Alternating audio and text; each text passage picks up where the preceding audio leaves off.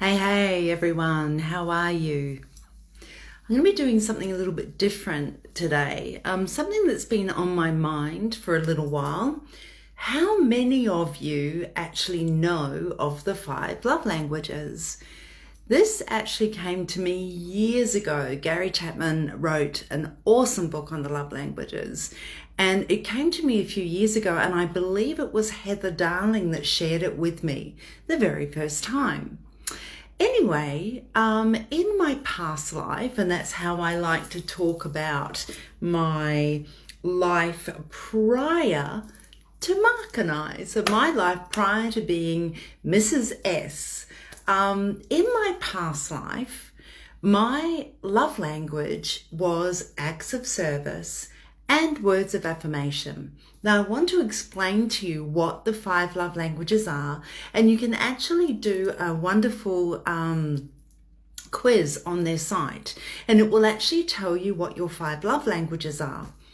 So these are the languages first. I'll speak to you about them, and basically we've all got part of the 5, but there are some that we feel the need. If we are loved in this way, we feel more loved and appreciated than if we're loved in a different way, if that makes sense. So I'll read out to you what the different love languages are, and then I want to share with you my thoughts on it, things that have been coming to me the last few days. So number 1, you've got words of affirmation.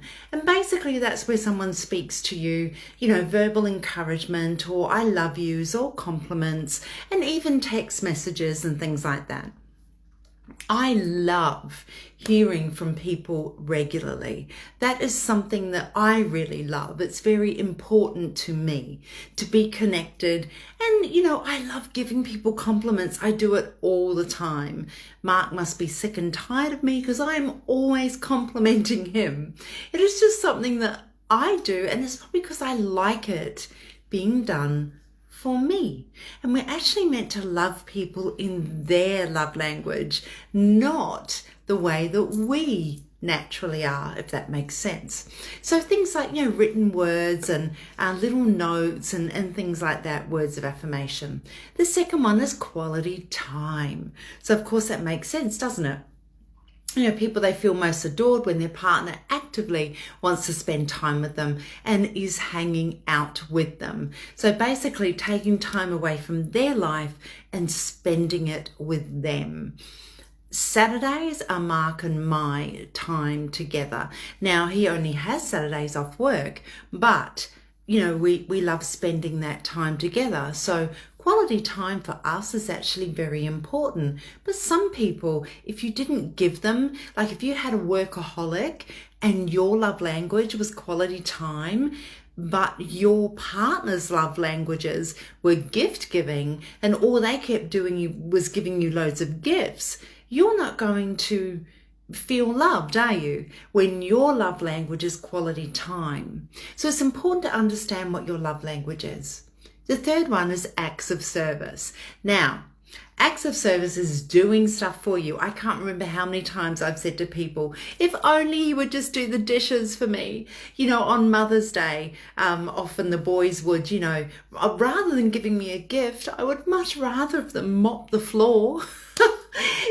Things like that. It's your love languages, the things that feel important to you. And that feels important to me is when someone shows me how much I'm loved, but what they are willing to do for me.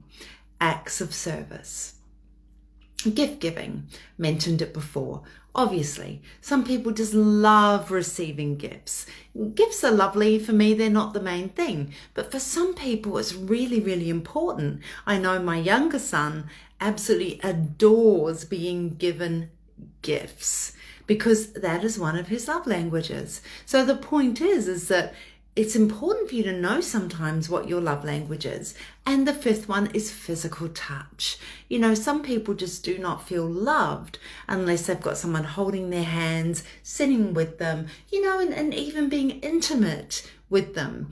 Without the intimacy, they don't feel like they're being loved.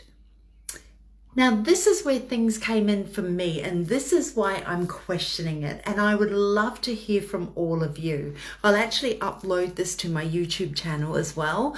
I would love to hear back from you.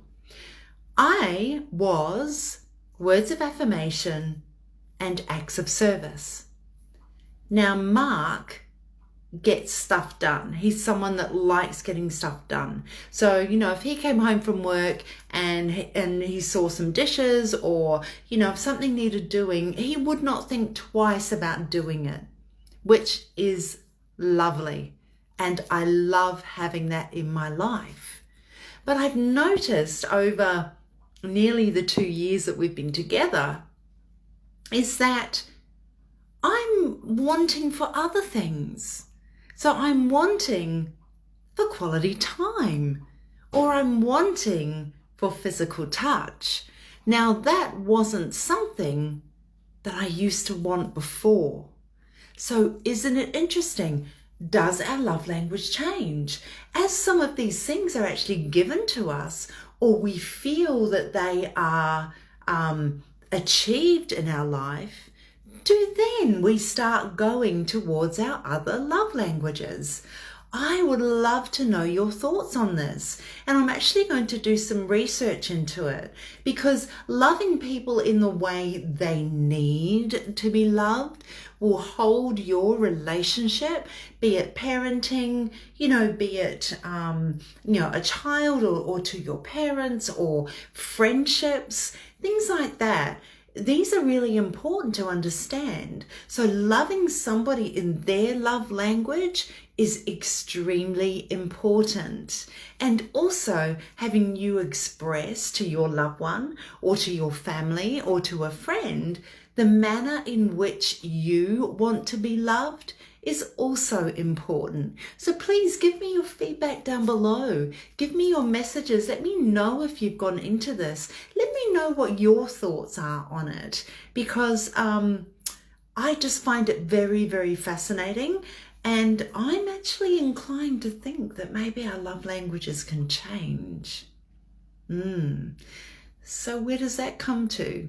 If they do change, then really it's a matter of just communication, maybe. Communicate to your loved one that maybe you would like more of this or less of that, or, interesting, isn't it? I'll get back to you on that one. Peace out, everyone.